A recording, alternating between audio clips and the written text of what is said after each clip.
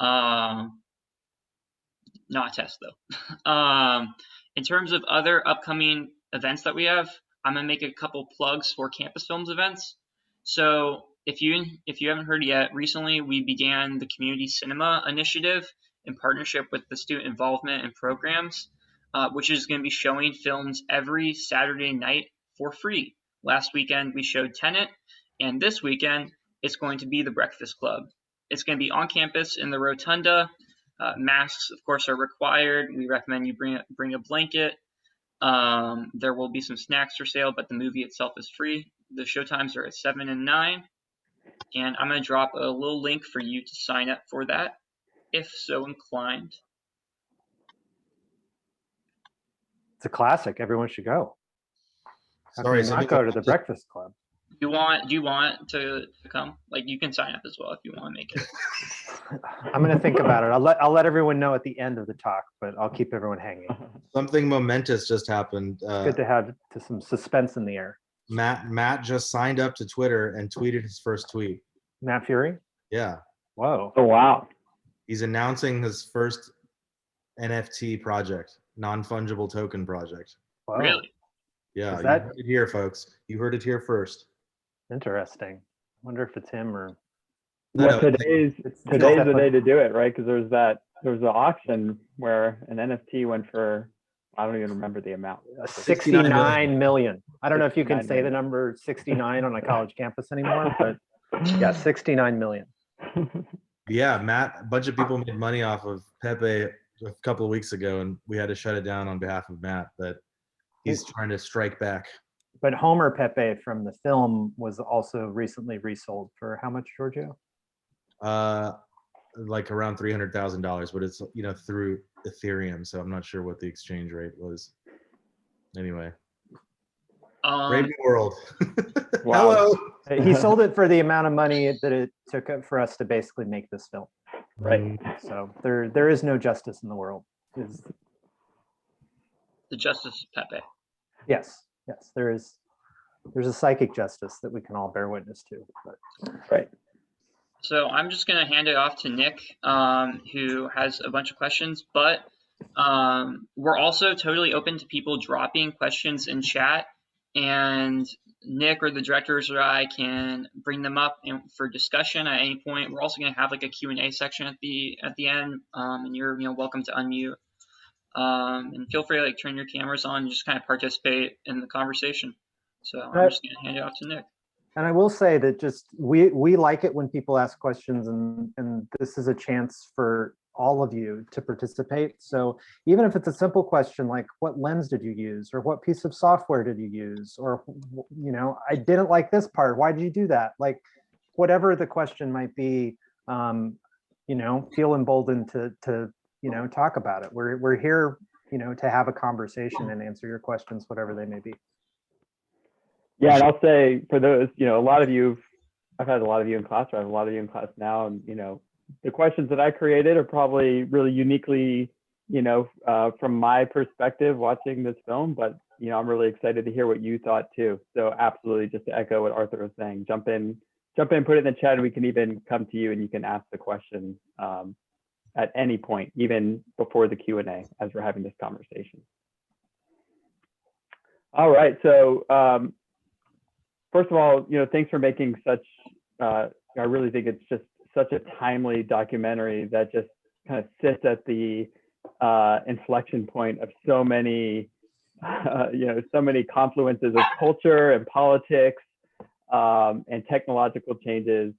I feel like this is a documentary, selfishly, I'm excited about because I'm going to be able to use it in class for several years, just because it illustrates so many, so many of the fundamental underlying concepts of how we communicate, how we exchange and share culture online these days. So I'm really excited to use it in the future. One of the things I was thinking about as I was watching the documentary, I'm not a filmmaker, but I'm a researcher. And oftentimes when we start a project, the final product looks very different than the project that we started out to create. I was wondering, I don't know if that was the case for this documentary, but I was wondering if you could talk a little bit about the expectations you had for the story you were setting out to tell at the beginning of starting this project, and maybe talk a little bit about how or whether that story, that narrative changed as you were working on the project. Yeah, it changed significantly from the first kind of, the kernel of an idea to what ended up on screen is totally different. And you're a researcher. Part of making a documentary film is being open to the research. This was something that I'd never been on 4chan before making this film. A lot of the subject matter of the film was totally new to me. I'm not a terribly online person. If anything, I try to be offline as much as possible. So there were so many parts of this that was a research project. And then also, it's kind of interesting. There were sort of like old skills that I had from being a student that I hadn't used in 20 years that I had to like remember for making this film. One of it is also like you end up doing interviews with people and you make transcriptions of all of those interviews and you edit a film very similar to writing a research paper. You do line edits, you pull a sentence out here, you connect it to a sentence from someone else here, and then you cobble it together the same way you might like an oral history or something like that. So when this first started, the idea was something that Matt Fury and I were kicking around, and it wasn't going to be a documentary film. It was going to be maybe an animated project that we were going to do together. That would be an updating of Feels Good Man, that would be talking about all the kind of horrible stuff that was happening in society in an allegorical kind of way, using the Boys Club characters and Matt's artwork. And we pitched that around a little bit in Los Angeles, because we both have some contacts in the TV world. And it became very clear that there was too much negative baggage with Pepe. And also some of that negative baggage was rubbing off on Matt. There were people who thought that Matt might have been a neo-Nazi or something like that. And that was something that I could tell was obviously like weighing on Matt. And I could see that it was just something like people kind of need to be educated about this story because people are fascinated by it, but even people that know about Boys Club or Matt's artwork don't even really understand what's going on. And so I pitched Matt the idea of making a documentary film. I'd never made a documentary film before, but I'd worked on Friends movies. My friend Mike made a movie called Seed Money that I helped him out on. Then my friend Amy made a movie about Hal Ashby. That was a documentary that was at Sundance in 2018. And then Giorgio directed a film called Owned, A Tale of Two Americas that he started when he was a graduate student in architecture. And it's about redlining and post-war housing policy in America. And I had observed the documentary making process through them and felt maybe emboldened to start working on Feels Good Man. And then, when the film started out, before we shot anything, I spent several months on 4chan trying to talk to people on 4chan, which is a fool's errand. And then I started writing a short story, basically first. I wrote a short story that was extremely pretentious. And it was kind of just me taking all the research I was doing, all the reading I was doing, and trying to turn it into a fun art project. So it didn't feel like I was having to do homework. And that was something where I really was thinking the movie was going to be almost like a series of like artistic vignettes. And each section would be handled totally differently. It would be more of an experimental film. Some sections would maybe be stop motion. Some sections would be like recreation, but done in kind of like a public access kind of setup. I think we were thinking it was going to be like a much weirder film than it actually turned out to be. But then we shot the first interviews with Matt and his friends and family, and all of that sort of pretentious fluff got thrown out. And we realized that to make a documentary film, you really have to listen to the subject matter.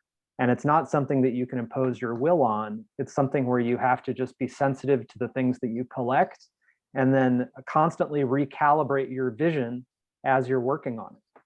And so, we did a first set of interviews that were just kind of like became the core backbone of the film that was Matt's inner circle and then other comics artists. I interviewed Johnny Ryan and I interviewed Lisa Hannawalt and Emily Heller. And then Giorgio and I met up on the East Coast, and we started filming some of the cultural talking heads that ended up becoming the film as well. We filmed Dale Baran in Baltimore. And then we also filmed a handful of people who were really great authors, but they didn't end up making the film for a variety of reasons. And then after that, we saved up a little bit of money and we flew ourselves to England, and we filmed Susan, who's our old school meme scholar. She wrote a book called The Meme Machine. And that was kind of the very beginning of the process. And from there, it's very much a research project. We're like, this is all of our raw material. What are the things about this raw material that can make something special? And so it's like a sculpture. You create a pile of junk and then you start ripping apart the stuff that doesn't work anymore. And so that's what we did. But for sure, from the beginning, I think it was like what made this story extra special was not just the privileged access you had to Matt, but just the way that Matt's story and the story of Pepe could effectively tell this otherwise super confounding cultural moment.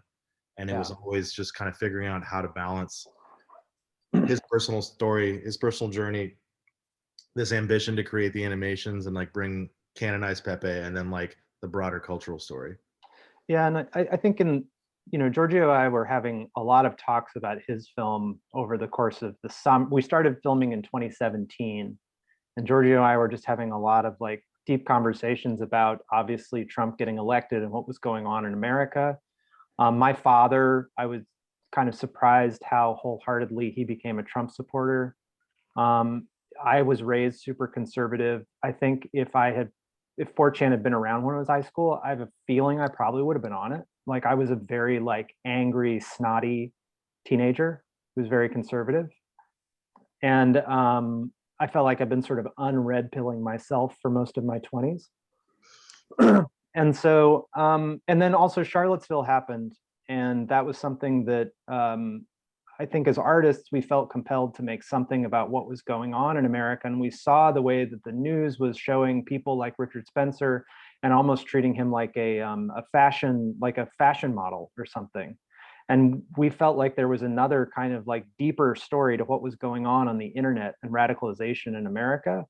And we thought that Pepe could be a really unique case study for that. So, I shot the first interview with Matt a couple months after Charlottesville, and it was very much in all of our minds as we began making the film. That brings you mentioning the 4chan element of it brings to mind another question I had, which was about Mills, who you interviewed pretty extensively for the documentary. Mills, just as a reminder for everyone, was the 4chaner, right? That they were able to get up close and personal with. And one of the things about communicating with people on 4chan, which is a highly anonymous, Arthur, maybe you could speak to this a little bit. You said you were spending a lot of time on 4chan and not really making much progress. Highly anonymous place. You can draw a lot of conclusions about people because of that anonymity. I was wondering if you could talk a little bit about that process of getting relatively up close and personal with someone like Mills, who we might consider to be part of the alt-right, and how your impressions of him evolved over the course of making this documentary, as somebody who is part of what you were exploring directly. Yeah, I'll talk about the getting Mills, and I guess Giorgio can maybe talk about the impressions, just to split the question up. So when I started hanging out on 4chan, I mostly spent time lurking, and I lurked on a couple different specific boards within 4chan. But the one I was most fascinated with was not the politics board, and that's the one that people mostly get that's the one that gets most of the press. It was a board called R9K, and it's a board that's kind of like the incel board. It's the board also that you can't repost the same image twice. So it was one of the boards in which Pepe got redrawn and remixed over and over again very quickly. It was a board where also Wojak had really gained popularity.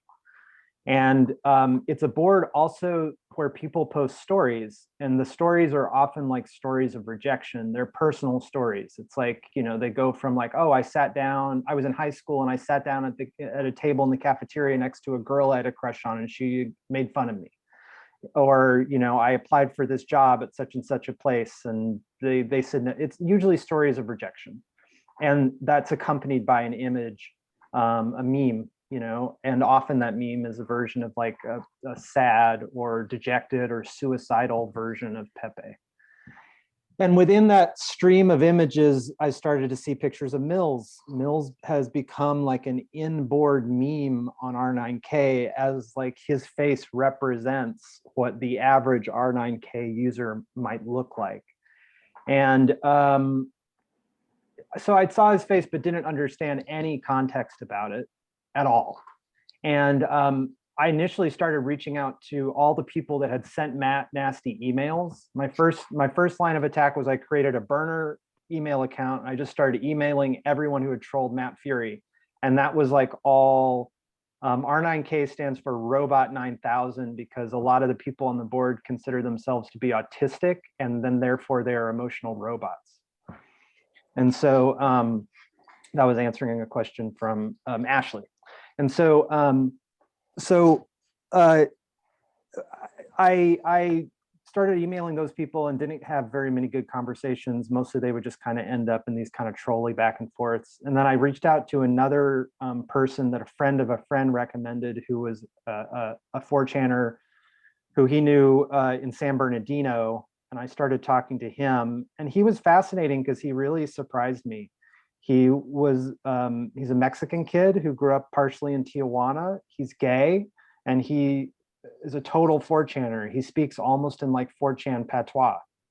And he was not what I like expected from a prototypical guy on 4chan at all. He was not white. He was not straight. He was kind of a weirdo. I talked to him about all of the racist back and forth. He's like, oh, I make racist jokes on 4chan all the time. People bust on me for being Mexican because on 4chan there's a little flag that says where you're posting from. And so yeah, it was kind of, that was an interesting series of conversations. But then I found that Mills had made a bunch of videos, and there was this one video that I stumbled across that only had a handful of views. And it was it's in the film. It's the moment where Mills is laying in bed and he's holding his phone up like this, and he says, you know, what does Pepe mean to me? And I had been up on 4chan late, and I was like sitting on the couch right here. And when I was looking at Mills' video on my laptop, I felt like he was talking to me. I was like, oh, he's going to be in the movie.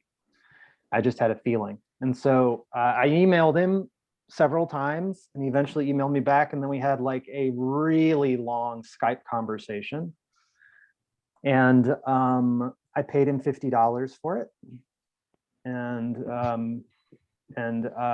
which was mostly, he said he was going to mostly spend on energy drinks, but I felt like it was kind of just a good faith sort of like gesture on my part.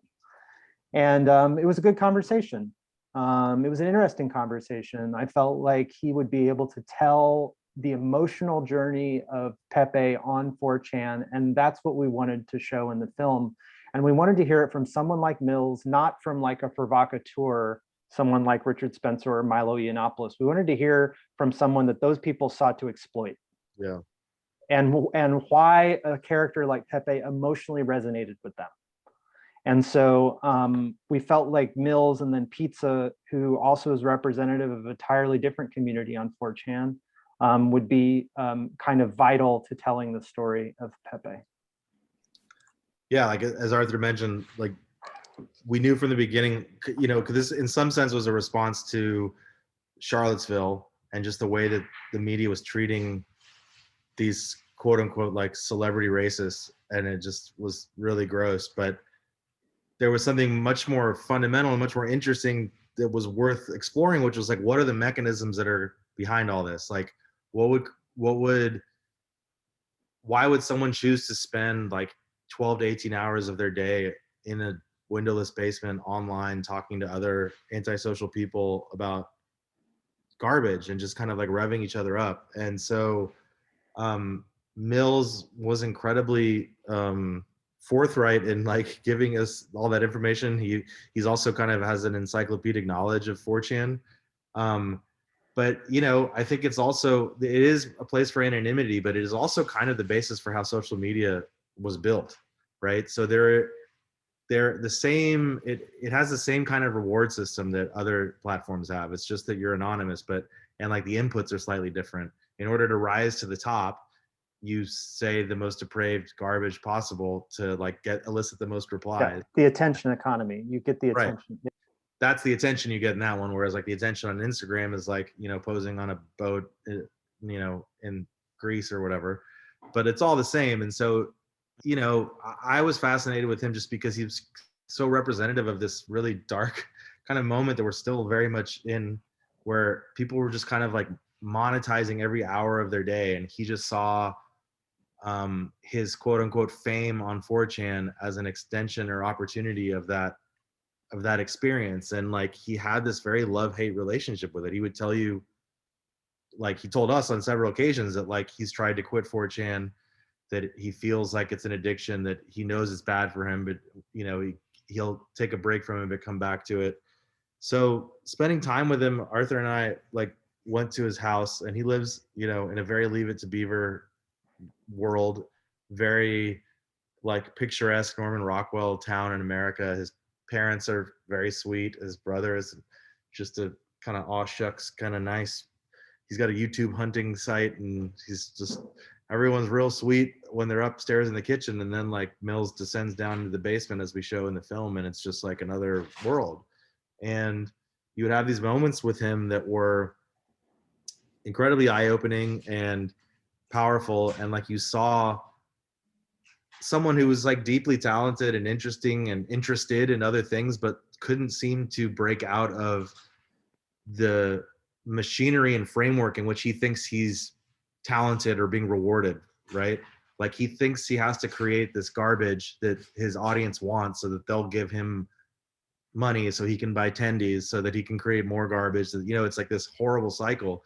And it was a point at which like you couldn't tell when he was performing for us or giving something authentic. I mean, to a certain extent, the second you put a camera in anybody's face, they're always performing, but like the experience was incredibly heightened in his case. We show a version of his performance in that live stream. What Giorgio was talking about is we caught him in this moment where he would go on YouTube, and he has a small fan base, and they would PayPal him enough money that he could sort of walk to the gas station and buy some snacks, and he could subsist from his community. But that just meant that he had to be super edgy all the time and just be like the edgiest dude.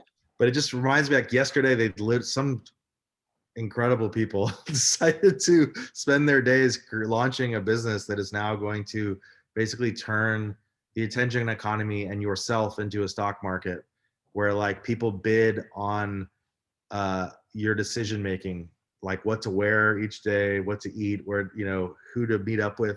It is the most dystopic shit. It was in a Taylor Lorenz article. Philip K. Dick. I was gonna say Philip K. Dick novel, but no, Taylor. Taylor Lorenz article from yesterday in the New York Times. But it's just like, it could just as well been an Onion article. But anyway, that's kind of how I felt meeting Mills for the first time. Well, I think a lot of what we've been talking about the last couple of minutes is this dystopian view, right, of some of the things that we see online, and even bringing up Taylor Lorenz, who has been, for anyone who follows Taylor on Twitter, has been just like relentlessly harassed for the last year, but especially over the last couple of days.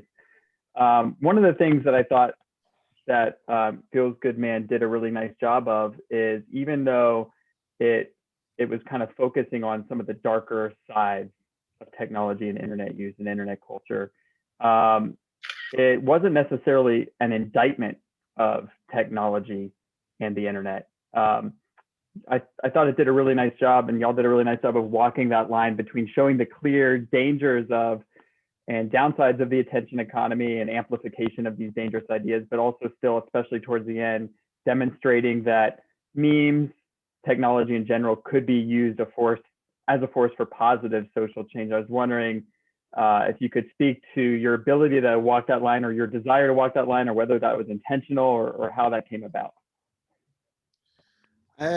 Yeah, I mean, I think if there is a kind of morality play or lesson of the film, I think it's just that, we're living in a moment where our internet selves and our real life selves are kind of collapsing. There used to be a very definitive wall that separated those two experiences, and now we're kind of constantly interchanging between these two worlds. And the problem is, and the reason why we thought Pepe was such a perfect explainer for this phenomenon is like, the problem is that the culture of the internet is, for many years now, at least since like 2014, 2015, maybe since like Gamergate, I would say, has been defined by this hyper nihilistic, sort of gross, cynical persona, some version of yourself that like gets rewarded by playing to like your worst self. And the film, in a sense, was a kind of reminder that you don't have to engage in that,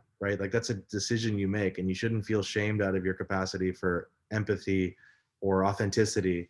But like, the way that the culture of the internet is built right now, it just tends to reward inauthenticity, sarcasm, and like these deeply antisocial behaviors that, like, in total, when like all of society is performing like that, and as like our digital and real life selves collapse, like it tends to influence the real world. And then you have like thousands of people marching on the Capitol with Keck flags. But I'm on social media. I think there's like cool stuff about it. But I guess in a sense, it's a reminder that we shouldn't let the algorithms control us. We need to like impose a new will on it. Yeah, I think it's important to remind people who grew up on social media that social media isn't like the oxygen that you breathe. These are platforms that were intentionally created by people that value the most amount of engagement possible. But the other thing is, I think in the film, we just recognize social media. It is what it is. It is the culture that we've created, and it's the culture that defines us. And it's why we thought the story of Pepe was so incredibly important. When we were pitching the film, we had a hard time sort of getting people on board initially, because they were like, oh, this is the Nazi frog film. And we were like, no, this is a film about how within several years, the entire world has been changed. The way in which we all communicate is totally different than it was. And that obviously is going to have a ripple effect on culture. And memes are one of those ways. But I do think what our Trump surrogate in the film, Matthew Brainerd, says is true. He says that, if you are able to make a meme, you are able to participate in politics in a way that you had never been before. It has democratized our politics. And that's on the right and the left. I mean, the reason that people like AOC or Bernie Sanders become memes are the same reason that Trump was a meme. There are people who stop being sort of a passive supporter of a candidate and become part of a movement by making things for the movement, by sharing things for the movement, by taking an idea that's new, like, for instance, Andrew Yang's universal basic income, and normalizing that. That goes from an extreme or fringe idea into a normal idea very quickly through the memosphere. Memes are also just a way where people can kind of game the attention economy, and that's what we saw with Pepe. People can basically encode a racist idea into something that they are posting and ignore, and be able to sort of like trick the censors, as it would be, where you couldn't say a slur, but you can post a loaded image and then walk away from that joke. And so just understanding the way Pepe works is important, because that sort of friction is not going to go away in our discourse. So, the next couple questions that I have that I think relate to what Giorgio and Arthur, you all were both just talking about, which a lot of it is related to amplification, right, of various ideas. And I'm going to ask you to speculate a little bit, understanding that there are no clear solutions or answers, but you've been so up close with this topic for the last few years. I thought it'd be interesting to hear your thoughts on this. And, one of the things you were just talking about was this idea of amplification. In this case, in the case of the documentary, Pepe was used as this kind of neat, innocent package, seemingly innocent package to amplify toxic ideas, right? Toxic ideologies. And, but as Arthur, as you said, amplification is used really on all sides, right? To get ideas, to democratize someone's ideas, and to democratize the creation of content around ideas, which we want to get more attention in some cases. So how do we balance that, right? How do we balance wanting to amplify liberating ideas, perhaps, but wanting to be careful to not necessarily amplify toxic content? Where do we find that balance? If you could speculate on that a little bit. I mean, part of the effort of the film is really just an exercise in media literacy. I think just like the more people understand how information flows online, I think that's obviously the better for humanity, but it's also maybe the most milquetoast response to this. But like, it's also recognizing that there are going to be people who exploit this system, and like banning Trump, as far as I'm concerned, was totally the right thing to do, and it should have happened a long time ago. Like, social media has allowed opportunists and grifters like Alex Jones and Donald Trump, for that matter, to connect with like more manipulatable, pliant-minded people that, you know, in another world, if you were like a snake oil salesman, you'd have to like go to Kinko's and like, you know, first of all, write some sort of treatise, some sort of essay, and then make a pamphlet, and then go start a fake church and go door to door trying to get people to join your fake church. And then social media came out, and they're like, suddenly you're like connecting with people, but not just connecting with people. People are putting in their own bio, they're advertising their willingness to be manipulated. They're putting like #Q in their bio, and it just like, it shortens that that relationship to a very problematic rate. And like, we have to be aware of that. We have to be aware of the fact that like, you know, humanity, this is something that Arthur and I are kind of in the midst of researching right now, but this relationship between magical thinking and that like all humans think both metaphorically and logically to some extent, and we kind of negotiate our desires and our anxieties through how we, like, the unanswerable questions basically get answered either through one or two of those paths. And like, the magical path is being like amplified in these kinds of situations. So like, I don't know how to solve that necessarily, other than through awareness, but like, I think it's a problem, and I think it's contributing to a huge percentage of the population just fundamentally unable to discern between real life and internet fictions. Yeah, I mean, you know, it's interesting. When the internet started, you know, there was a lot of people who had like this real kind of technological utopian viewpoint. And it was this notion that if we provide information to every single person, and that information can be seen by everybody on the internet, that will ultimately be able to speak truth to power. It will make people feel as though they are more engaged with the world around them, that it will help to democratize the world. But the reality has been making everything available to everyone all the time means that a segment of the population can't separate the signal from the noise anymore. And when I say that, I'm not even speaking sort of about like total Q conspiracists. Like, it's a hard time negotiating our reality right now anyway. There are things like Jeffrey Epstein that cause all sorts of cognitive dissonance within all of us all the time.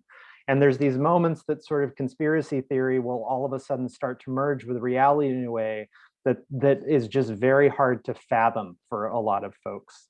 It's interesting to also see how conspiracy has moved in the last couple of years on the internet, because if you really investigate people who are, say, hyper into QAnon, who are very much true believers of it, they know they believe in a conspiracy. They talk about going down the rabbit hole. They're having fun. It's not something that they can be dissuaded of, because for them, it's almost like a lifestyle choice. They believe the Democrats are evil, and looking at the news for them is figuring out a way that their bias is reinforced. That's the news for them. That's the game that they're playing, and that's what they believe in. You can't sort of speak to them with fact and reason. And I think that there is just going to continue to be a level of that is part of what we have to deal with in society.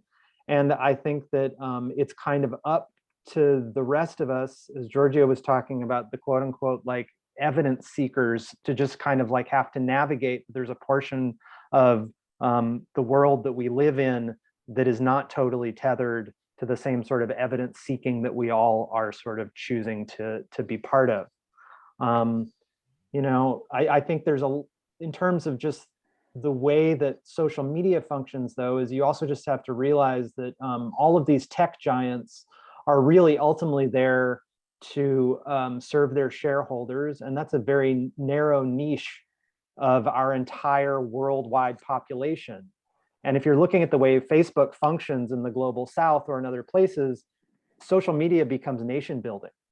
And so therefore it can't totally just be beholden to this set of like Western shareholders, ideas, values, and profit mandates. It has to be more representative of the world we live in. So I do think that there has to sort of come a moment where the world of academics, ethicists, researchers, great minds that aren't necessarily totally attached to the Silicon Valley business model become part of the infrastructure of these platforms, because otherwise shit's going to fall the fuck apart. Right. So, I mean, to a certain extent, these platforms, which, like you said, are mostly beholden to their shareholder, have become the arbiters of truth, right? And it's not that the platform itself is the arbiter of truth, but the users on those platforms whose ideas can be easily amplified have become the arbiters of truth. And I think that, as Giorgio mentioned, one way maybe to get at this is media literacy, but that becomes complicated too, right? As you alluded to, because somebody can critical think their way into being a QAnon believer, right? There's plenty of evidence out there, if you're following the strict guidelines around critical thinking, to support your viewpoints if you're a QAnon believer. So, I think absolutely, as y'all alluded to, it's incredibly complex, complicated, and we have a tough road ahead of us. Hopefully some of these young minds here will be able to grapple with some of these big questions in the years ahead, go to Silicon Valley and shake things up a little bit. Go ahead, Logan. Oh, sorry. I have a question based on what Giorgio was discussing about this film being an exercise in media literacy. And I was curious about whether you feel that, both of you feel that like this film is a form of activism for media literacy, or if that was part of your intention. Yeah, I mean, for sure. I think any good piece of art is some form of activism, whether however it is or isn't is kind of up for debate, but I feel like you have to be coming with some sort of position. I think what we wanted to do was, in this, we were hyper aware that we're kind of in this post-truth moment, and like, how do you make a rhetorical argument to people in lieu of facts, right? Like, you can flood someone with all of the data in the world, it's obviously not going to change their mind. And like, it was important for us then to really focus on emotional truths, and that's ultimately what the film is. It's a collection of people's emotional relationship to the internet, and like having to confront with those emotional truths, the way that we dealt with Mills's story. It's the way we dealt with Matt's story. So yeah, I guess that sort of answers your question. Yes, it was definitely activism, I think. Yeah, I might disagree. I think it. I said fine. Oh well, no. I think that's okay. I think there's for me the aesthetics. We didn't necessarily want the film to fall into the aesthetics of activist filmmaking. That's what I'll say. Yeah. But that's what I'm saying. Is like, that's what we're trying to do. Is like, how do you make something like that doesn't, I think what's personally special about the film, that it is something that people from a broad set of constituencies can watch and not feel like they're being scolded to or talked down to. It's not, we didn't want the film to have like a moralistic kind of feeling to it. We didn't, but we didn't want it to feel like an episode of Democracy Now! That's, again, it's an interesting question because it's very loaded. It gets into how we define activism. That is something that has been ruined by social media, the creation of these pejoratives like social justice warrior and all this bullshit that people on the right create. Like, you start to degrade the meaning of these very important terms, and you degrade them until the point that all they mean they're just trigger words to like sort people, right? And then you become ashamed for saying, like, instead of being like, fuck yeah, I'm a social justice warrior, you're like, I mean, maybe, I mean, I'm not like them, but I'm, it's like you're constantly in a state of being shamed out of your authenticity. And to that extent, it's like activism, doesn't necessarily need to feel like it's like a hyper partisan, I watch Fox, you watch MSNBC type thing. Activism to me is just like, I have a point of view, as everyone does, that's important, and here is like my argument for that point of view. Because the opposite of that is just like banality, right? The opposite of that is centrism, or just the maintaining of the status quo, which is hyper problematic for a whole nother set of reasons. Yeah, there's a cut of the film that we could have made that was definitely more of like a cultural critique cut, or something that was a little bit wider in focus. But as we were making the film, we realized that actually making Matt's personal journey the center of it was the thing that ended up giving the film humanity. And ultimately, we wanted the film to be an expression of humanity, something that wasn't like this transhumanist dystopian film about the societal ills of social media. And so, Matt has a very simple truth to tell, and Matt would hate being called an activist. That's not what he would necessarily want to be called, but I do think that ultimately what he did was something that was an act of activism. Active activism, I guess that's a little repetitive, but basically Matt had a problem in his life, and he got up off the couch and he dealt with it. And that's like a simple truth that I think the film can communicate to pretty much anyone. I mean, certainly it communicates other things about artistic agency online, all the stuff that we've been talking about, how extreme ideas come up from the weirdest portions of the internet into the mainstream, how trolling affects all of us. But ultimately, it's kind of this simple emotional truth that we thought was going to be the backbone of the film. And then also, it's just important to remind ourselves that the internet has basically monetized our emotions. Like all of these companies have figured out a way to commodify our likes, our dislikes, the things that we enjoy, and turn us all into sort of our own little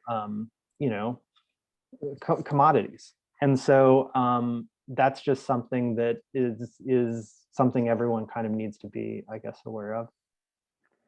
Yeah, I think that, turning to Matt, this really was a story about him and his, it was really his story in a lot of ways. And the question that I kept coming back to thinking about Matt is what it means to own something, right? That's really one of the big questions surrounding his story, what it means to create something and then own it. And especially in a culture in which, in meme culture, but creative industries more broadly, we see and we value creative spins on originals, remixes, right? Those are things that are a natural part of the way that we interact online. But we also see, what's happening to Matt. One of the more recent examples is TikTok dance moves, right? So often a young woman of color will create a TikTok dance move, and then somebody else will take it and it'll go viral, and then it kind of becomes theirs and it becomes associated with that influencer. So I was wondering if you could talk just a little bit about this really broad question of, in 2021, what does it mean to own something, and how can we allow creativity to continue to proliferate in the many ways that it does online, while still protecting people like Matt, who have this creation who's kind of been, taken off the deep end by various groups, right? Not necessarily just the far right. Yeah, I mean, if you take the NFT crypto nerds at their word, blockchain is one solution to that, right? And that's kind of what Matt and I and Arthur are kind of holding them to account. It's like, okay, if all you people who've been making tons of money stealing Matt's artwork, and you're also saying like this is about supporting artists, like, well, we're going to take that seriously. We're going to make this a real piece of art and put some thought into what it is, and we're going to put it out for sale. And so then, like, let's see let's see if you actually support artists. But yeah, I don't know, it's a difficult world to engage with now as an artist in any medium, really, because it's almost, I can't imagine being a creator of any kind and not being on social media. It seems impossible, unfortunately. I would be curious to see people who are successful and active at this and not. engaging it who aren't like, legacy, like Peter Gabriel or something like that. But like, How many people here know who Peter Gabriel is? Show of hands. Yeah, I don't know. It's How many people know who Genesis? Never mind. There we go. Yeah, I don't know. You just kind of have to like constantly be fighting for what's yours, but you just kind of, it's a constant heartbreak. I mean, I've played music professionally for years and rode the wave from like CD sales to Spotify, and like saw our royalties just drop off a cliff for a while. And now it's like started to restabilize, but that came from a huge fight on the part of artist rights communities trying to like rebalance the table. And so there needs to be some, yeah, I mean, this is a pretty empty response, but there needs to be some sort of rebalancing.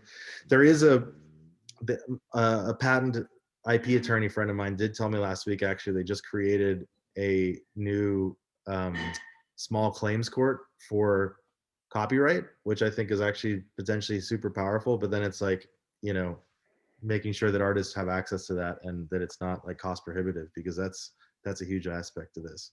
Yeah, I mean, I think there's a few kind of tangential kind of asides to the question that maybe we could speak to a little bit more accurate. I mean, the first thing is,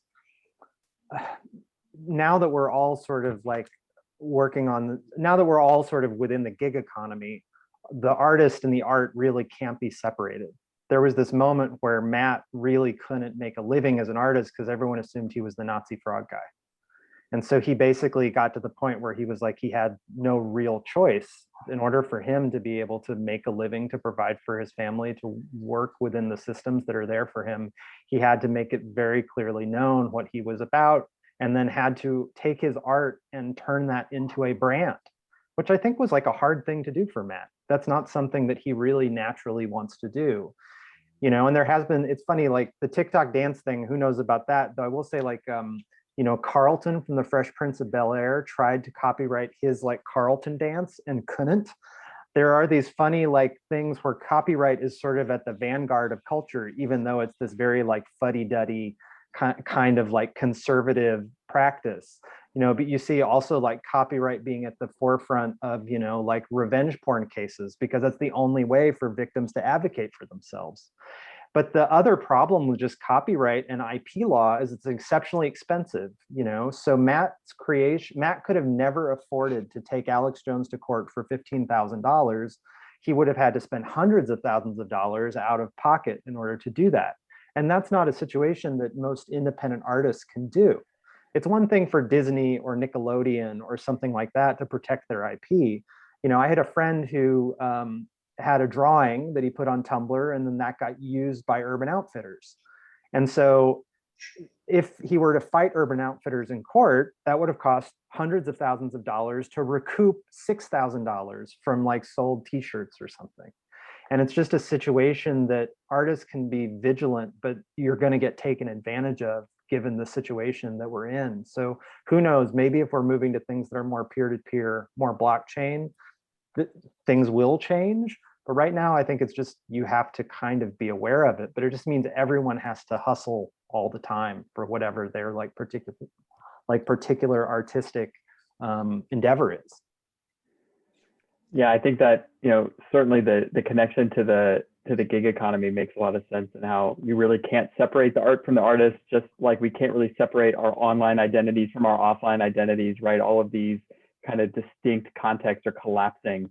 And in some ways it makes it a lot simpler, but in some ways, obviously, like we saw in this documentary, it complicates things, quite a bit. One of the questions, and I want to remind students, go ahead and if you have questions, post them in the chat, and we can even come to you to ask them. One of the questions that came through in the chat that I'm also interested in, this came through to me privately, but I was wondering if you could speak a little bit about the inclusion of the occult expert and in the documentary, and kind of your thoughts around including that as it was really a sizable portion, and what your goals were and how that evolved, where the idea came from, et cetera. Well, you know, meme magic is something that people talked about on 4chan all the time. Like it was something that was self-consciously talked about. There were a lot of memes made that referenced meme magic. So at various points, we would talk about how do we put this into the film. There was a note card sitting on our bulletin board that it had broken down like all the subject matter and the scenes and everything. And we had this one postcard that said, you know, this one note card that said meme magic ? And it was sitting there for an awful long time. And Giorgio was on a podcast and he had talked about the film on this podcast, and someone had DM'd him and said like, oh, if you're curious about Pepe the Frog, I have a friend who wrote this basically paper about Pepe the Frog and put it on his blog. And so we went to it and we followed the link, and the link was to John Michael Greer's blog. And John has a very small but exceptionally devoted readership on his blog. He did a series of 4 posts called Keck Wars, and there were 300 or 400 comments below that were all like thoughtful comments from his community that is mostly into kind of occultism, esoteric history, all sorts of different stuff. But you know, there were a few different things that we wanted to do in the film. One of them was we wanted people to constantly kind of be thinking about our decision making as they were watching the film. We didn't want it to be a passive experience. So, you know, whenever someone comes on screen, we wanted the audience to be like, oh, why did they put this person in here? Do I agree with them? Do I trust this person? When Matthew Brainerd says, I know more about like, you know, election demographics than anyone, do you believe him or do you not? Is he bragging? Is he telling the truth? I think there was a certain kind of like playfulness that we felt would be make the film feel as though people would attach to it because they were learning for themselves as they were watching it. And so John Michael Greer was this kind of interesting guy because he's able to kind of code switch between like kind of the world of magic and occultism, but really able to like ground it in this other kind of cultural critique. There's a line that didn't make the film, but it's his definition of magic, and he calls magic the politics of the unheard. And that's something, if you think about magic historically, it's been popular within communities that don't have agency in the larger society that they exist within. It's the reason why magic was so popular within like slave communities. It was a place where people were trying to take art and willpower and change their condition. And this movie is about the way imagination travels between all of us in the internet age. And so having John in the film seemed like a really interesting choice. And also he just has some great stage presence. Yeah. Yeah, I mean, we always wanted to talk about meme magic, and rather than we just could never figure out the right way to crack the nut. And like, he came into our lives, and he embodied everything about the film that we love, which is like straddling that line between the absolutely absurd and like the totally serious and educated. And he's just like an immensely intelligent and generous, lovely man. And honestly, like, kind of right, if I'm being honest. Yeah, it was as filmmakers, it was a fun day. Yeah. It was Giorgio's idea for the book. That was a fun moment. I'll also just to speak to Lars' question earlier, I just gave a one-word answer, but reality, we wanted the film to be able to communicate to both a young audience that had grown up online and an older audience that had never heard of Pepe and had never heard of 4chan. And we wanted the film to work for both communities. And we thought that was going to be kind of hard, but we spent a lot of time trying to figure out that and try to like split that hair. That was something that we were very concerned with. And to Olivia's question about the blockchain, yeah, I mean, I think that's why lots of people have been stealing from Matt and making money from it, and then talking out of both sides of their mouth, like they want to support artists. So like, Matt wants to approach this like he approaches anything, with authenticity and heart. And if his fans are telling him like, we want to support you, we will pay for NFTs artwork, like, let's try and see. But I wouldn't say skeptical, but I'm curious to see how it'll work, because there is some aspect of NFTs that do feel like completely rooted in the bootlegness of it. Like, it's kind of like a like thumbing your nose at the system. So I'm curious to see how they will actually value authenticity in that case. But more broadly, if you think about the relationship between blockchain and traditional art, where I have friends who are working in that space, it's super interesting. Like, if you think about the fact that artists, the relationship between artists and the collector market and galleries is incredibly toxic. And it's incredibly toxic because artists historically have not been part of the resale market. So if you're a young artist and you make a work for 10,000 bucks and then 10 years later it sells for 10 million, you're not getting any piece of that. But your gallerist over the years is like controlling your flow of creativity, telling you when to produce and when not to produce. And sometimes you just want to paint a fucking single painting and that's it for the year, you know? And sometimes you want to do 1,000. And the way the blockchain can work in theory is that like you can consummate a sale of a physical piece of artwork through the blockchain and make yourself, the artist, a lifelong participant in its sale. And then basically the provenance of the film is defined by its ability to be sold through that blockchain. And I think that's actually very exciting. And I wish people like Kim.com wouldn't send tweets like saying that NFTs are the future and that we have to unshackle artists from the primitive power structures. It's like, dude, you've made all of your money stealing from artists, literally. So, anyway. Yeah, I mean, I think it speaks to kind of, and I don't know too much about NFTs. Giorgio has been much more enmeshed in that, but it is this, I feel like my take on cryptocurrency and blockchain has changed even in the last like few weeks. There was this kind of like old school notion that all economy has to sort of be based on supply and demand. But over the pandemic, we've seen actually that our economy no longer needs workers. We've seen that corporate profits have continued to grow while everyone has been inside. We're having this moment where I think people are realizing that the economy now is completely based on algorithmic sales. It's completely based on all of us being in our homes and engaging with these systems that we're now all addicted to, essentially.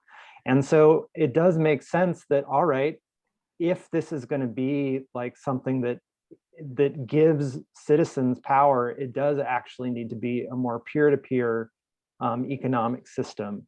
If people are going to profit off of our Instagram likes, profit off of our retweets, profit off of our Facebook sharing, then that's something that we as consumers should be able to participate with it.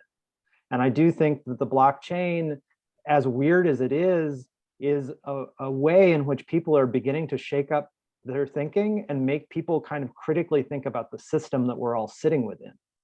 So yeah. I've watched this film twice now, and something that I think is really interesting is whenever I watch it, I feel bad for NEETs. I mean because I see the sort of internal struggle of like being a NEET, and at the same time, if I were to approach someone like that, approaching them with like so much sincerity or approaching them with judgment is just going to feed into that sort of, I feel like, behavior and alienation that they experience, and also the sort of ostracization that they have kind of like forced upon themselves.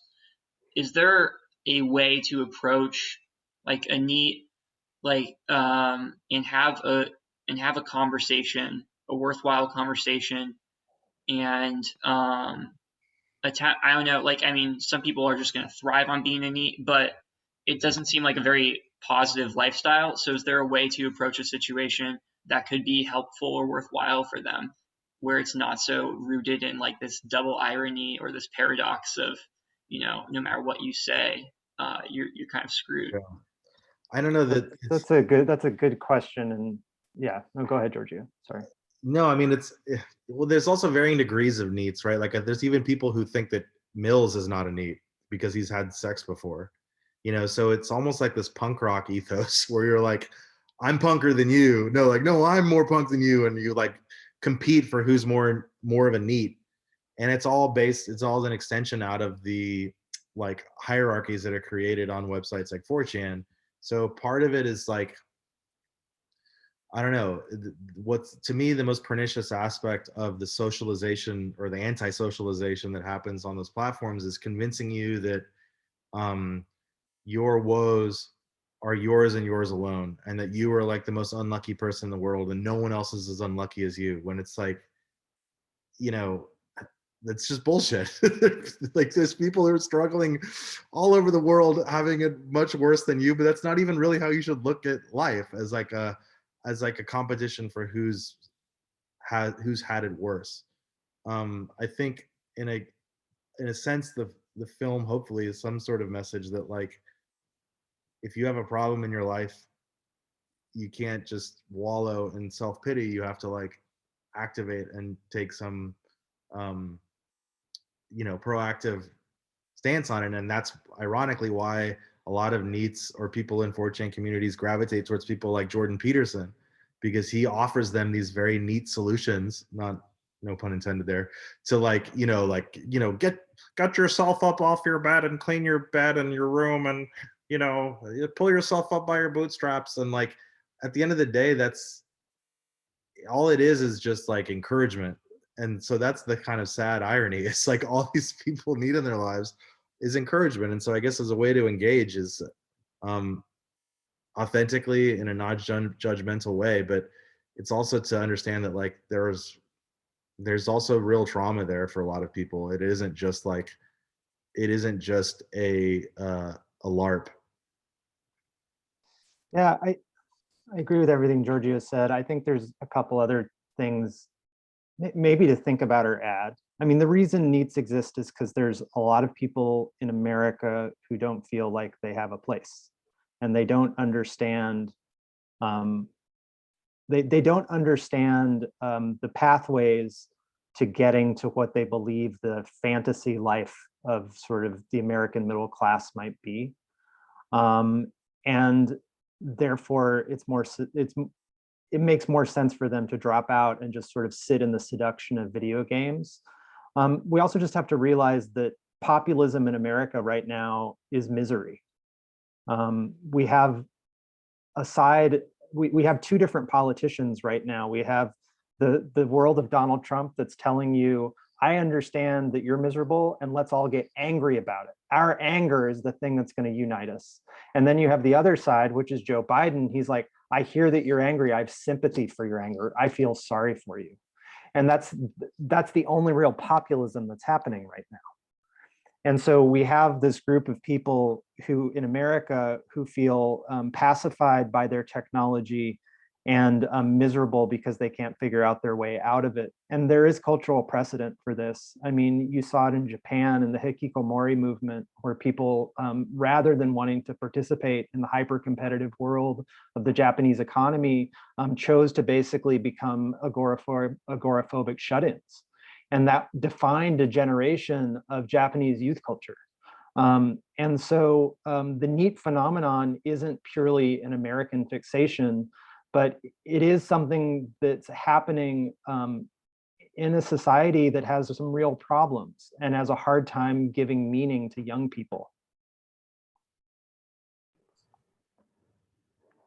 I was wondering, with the little bit of time we had left, just because we have a lot of students here some of whom will be graduating in the next few months, and I know that I think this is true of Arthur. Arthur, you didn't study filmmaking in undergrad, is that correct? And yeah, I know Giorgio didn't either. By the way, everyone, Giorgio and I found out before this started that we both graduated from the University of Texas in 2005. So we were in the same class, but UT is so big, and none of you understand this. So big, we never met this is the first time we've ever met each other or heard of each other, although we do have two mutual friends on Facebook. I was wondering if y'all could talk a little bit about how you went from not really focusing on this in your undergraduate studies to this now being your career. I always wanted to be a filmmaker. I was lucky as a kid through a series of accidents that Robert Rodriguez used to come over to our house for Sunday lunches very often, because his wife at the time was studying at Rice, and my mom happened to be there as well. And so like had just made Il Mariachi and was starting to make Desperado, and I was just enamored. I was like 8 years old, so like he could have been making any film, but I would have been psyched. Oh, I didn't know this story. This is Oh wild. yeah, this is a new one for you. Yeah, he promised me I was going to be in Desperado, and he did not put me in. But like, you know, there's no being Giorgio also almost was in Rushmore. Yeah, that was my high school. that was almost, yeah, anyway. But so yeah, there were all these brushes with the industry, and you know, the thing about being a filmmaker is that specifically a director, there's not really like, you can't like apprentice to be a director. It's a weird trade. Like any other aspect of film, you can kind of find a very linear path. If you're like good at being an editor, you will be in demand. If you're good at being a cinematographer, you will always be in demand. But like nobody gives a shit about like a first-time director, you know, and there's no way to prove your worth. And so it was, you know, I had a career in music. I did some score work. I then went to architecture school because the housing crisis happened and actually destroyed the touring market. And then really just went to architecture school as a study of process and art. And it was there that I kind of found my interest in my first film project as a documentary. And, you know, it was a circuitous route, but I'm glad that it went that way, because your first film really needs to be something you're really passionate about. And architecture school during the crisis, you know, in this moment where we thought we were supposed to be quote unquote in a recovery, was like the seeding ground for like a really important film that I felt like I had to make.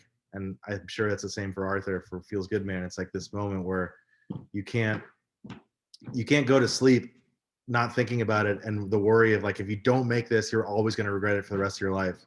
So you just kind of have to like find that thing, and it can be a scripted project, but obviously documentaries tend to be more achievable. But anyway, that's my answer. But that's an important thing, I think, coming from a multidisciplinary thing. I think that's something Arthur and I share, that I'm really glad I had those previous experiences, because I think it's totally informed the way I approach film.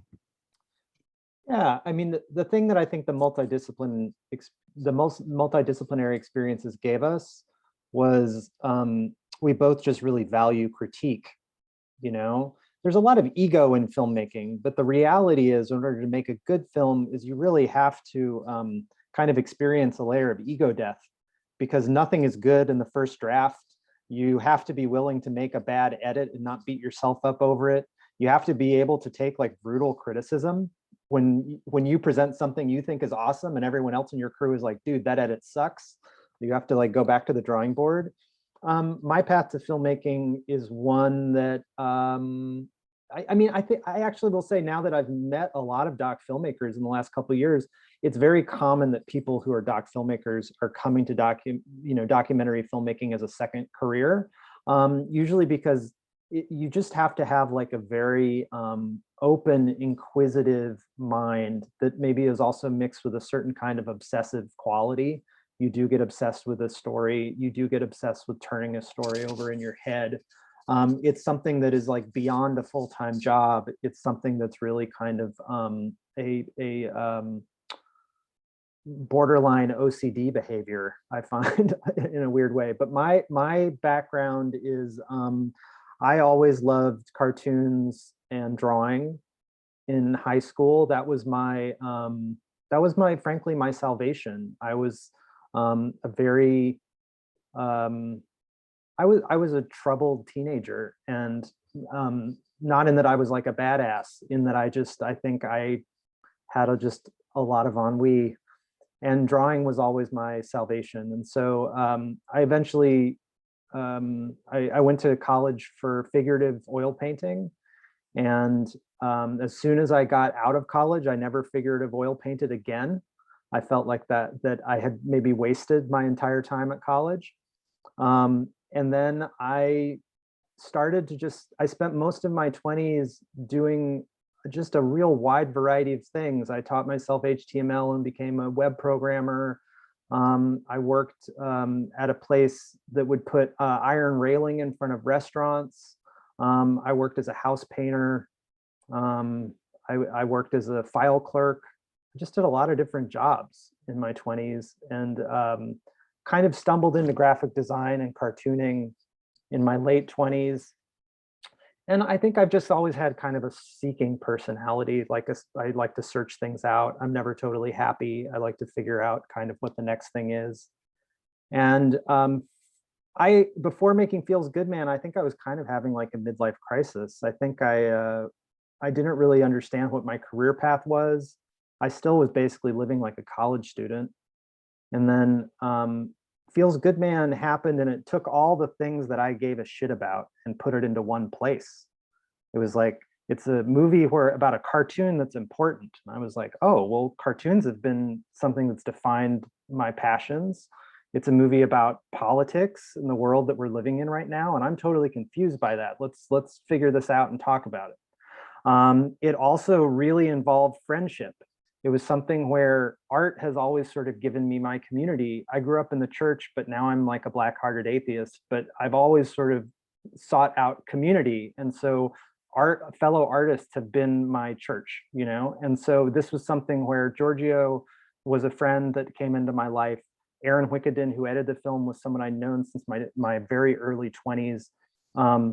It was something where it was just like the organic parts of it all came together in a way that's kind of kismet. And so, and I've always loved film, and I've always been like an intense critic, like very hard on myself, very hard on the things that I like.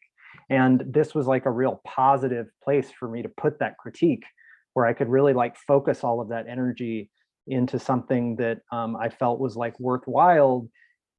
And I think we also felt like Feels Good Man was like an important thing. I think we were just like, oh, this movie is a unique stylistic film. And I don't mean to sound egotistical, but I think we just went into it with a real sense of like drive and passion.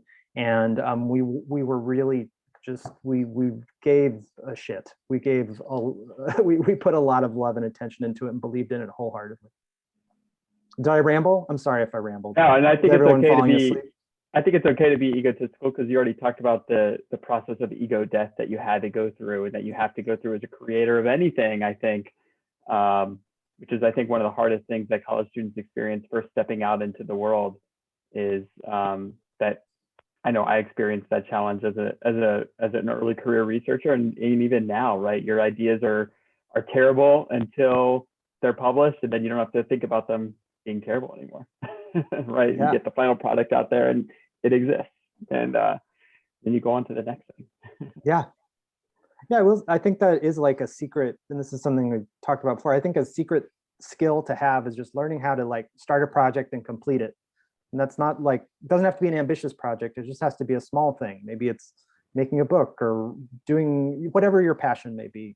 But I think that it was like all of these little projects that I would start and complete and maybe learn from, allowed me to be like, oh, I think I can make a film and not stop making it. Or I think that I have the skill set that it takes to just follow through. That's something that I think is really hard when you're a young creator. Yeah, that's the thing about the architecture school training. Like, I definitely don't think I could have made a film before having gone to architecture school. Like, just as a pithy piece of advice for anyone wanting to make a film is just like, complete a thing, something else. Like, just the art, the culmination of like completing a thing does this thing to your brain and your psyche and your confidence that is so important, and like, work up to it, but complete a thing. and put that thing out in the world. Yeah, and get it judged. Yeah, and get it judged. And be open to that judgment, but don't let it discourage you. Yeah, I mean, one of the things that I always talk to my students about, especially as they're juniors and seniors, is this idea of equifinality, right? So equifinality is simply the idea that there are infinite paths to the same destination. I've never heard that word before. That's a great word. Equifinality, yeah. Equifinality. So I mean, amazing. Y'all are perfect examples of that, because you're both documentary filmmakers, but you took such distinct paths, and we could look at any documentary filmmaker who's made it, a successful, well-received documentary. They've probably taken a completely different path.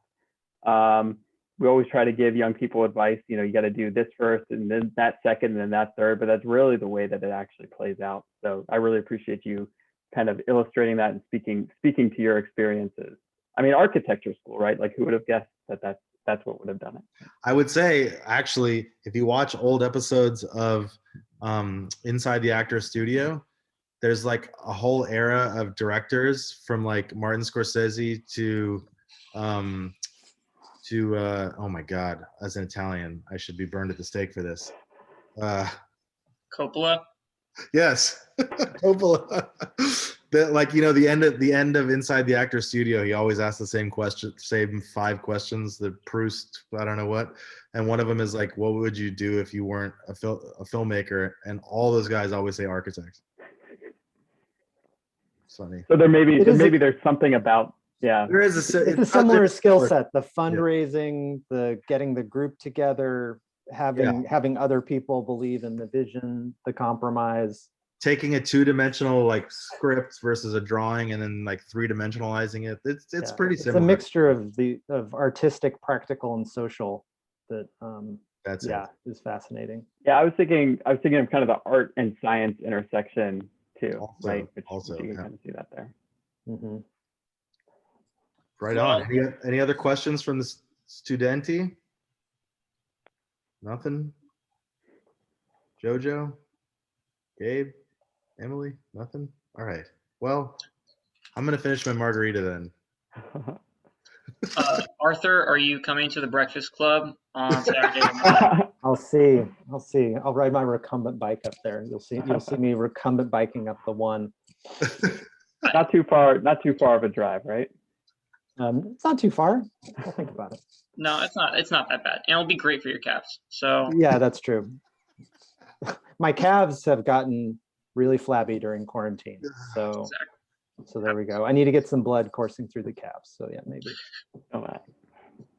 Well, you know, I'll let Logan close out, but I just wanted to thank you all for giving us some of your time and thank you. And making just really such an outstanding, timely documentary. I enjoyed it. Like I said before, I look forward to continue to use it in class in future years. And thanks for giving us some of your time, Logan. If you want to.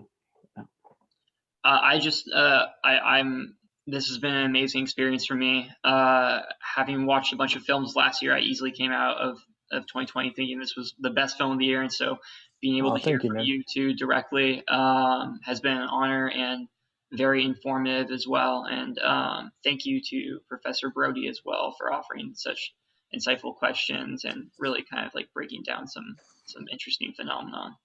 And thanks to all the students for coming.